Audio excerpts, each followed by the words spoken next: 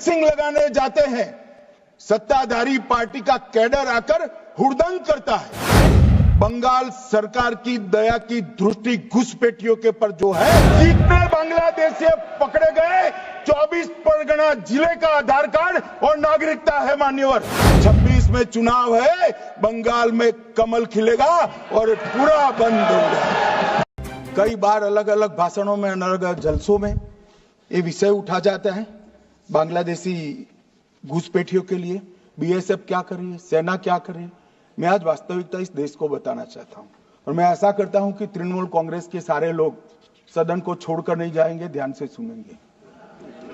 मान्यवर, हमारी बांग्लादेश के सटी हुई सीमा, अब सुनिए भाई, हमारी बांग्लादेश से सटी हुई सीमा 2216 किलोमीटर है।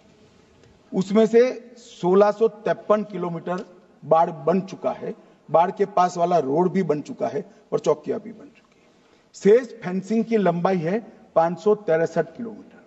563 किलोमीटर सीमा आज भी खुली है और शेष फेंसिंग जो 563 किलोमीटर है उसमें 112 किलोमीटर फेंसिंग ऐसी है, बॉर्डर ऐसी है जिसमें बॉर्डर फेंसिंग व्यवहारू नहीं, नाले हैं, नदियां हैं, ऊंची नीची पहाड़ियां हैं, जहां 112 किलोमीटर में फेंसिंग हो ही नहीं सकता और 450 किलोमीटर जहां फेंसिंग होता है वहां बाकी है।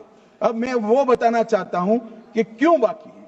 ये 450 किलोमीटर के लिए मान्यवर मैंने डीओ लेटर लिखकर 10 रिमाइंडर करे हैं, बंगाल सरकार भूमि नहीं देती।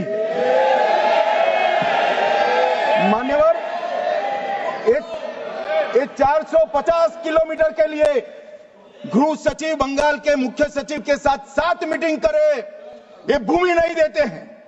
मान्यवर, जहां फेंसिंग लगाने जाते हैं, सत्ताधारी पार्टी का कैडर आकर हुड़दंग करता है, धार्मिक नारे लगाता है। और मान्यवर, मैं कहना चाहता हूं कि ये 450 किलोमीटर फेंसिंग रुकी है तो केवल और केवल बंगाल सरकार की दया की दृष्टि घुसपैठियों के पर जो है इसके कारण।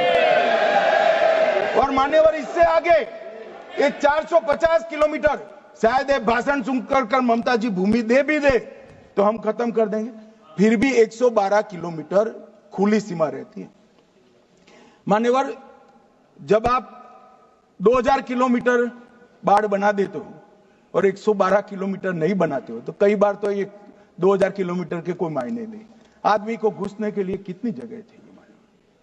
तो 112 किलोमीटर जो नदी है, नाले हैं, एक कठिन भौगोलिक परिस्थिति है, वहां से लोग आते हैं। ये सवाल हमें करते हैं, अभी भी किया कि रोहिंग्या दिल्ली तक आ गए, आपके नाक के नीचे आया। मान्यवर, ये बांग्लादेशी घुसपैठिए हो या रोहिंग्याज हो जो घुस कर आते हैं, पहले असम से भी आते थे जब कांग्रेस की सरकार, अब बंगाल से आते हैं टीएमसी की सरकार, घुस कर आते हैं। इनको आधार कार्ड दादा कौन देता है? नागरिक कहां के बने हैं? कहां के बने हैं? जितने बांग्लादेश से पकड़े गए 24 परगना जिले का आधार कार्ड और नागरिकता है मान्यवर। और ये जो आप आधार कार्ड इश्यू करते हो, वो आधार कार्ड लेकर, वो वोटर कार्ड लेकर ये दिल्ली तक आते हैं। आप उनको आधार कार्ड इश्यू न करो, आदमी क्या परिंदा भी पैर नहीं मार पाएगा। और दादा, ये सब चीजें भी लंबे समय चलनी नहीं है। 26 में चुनाव है, बंगाल में कमल खिलेगा और पूरा बंद होगा।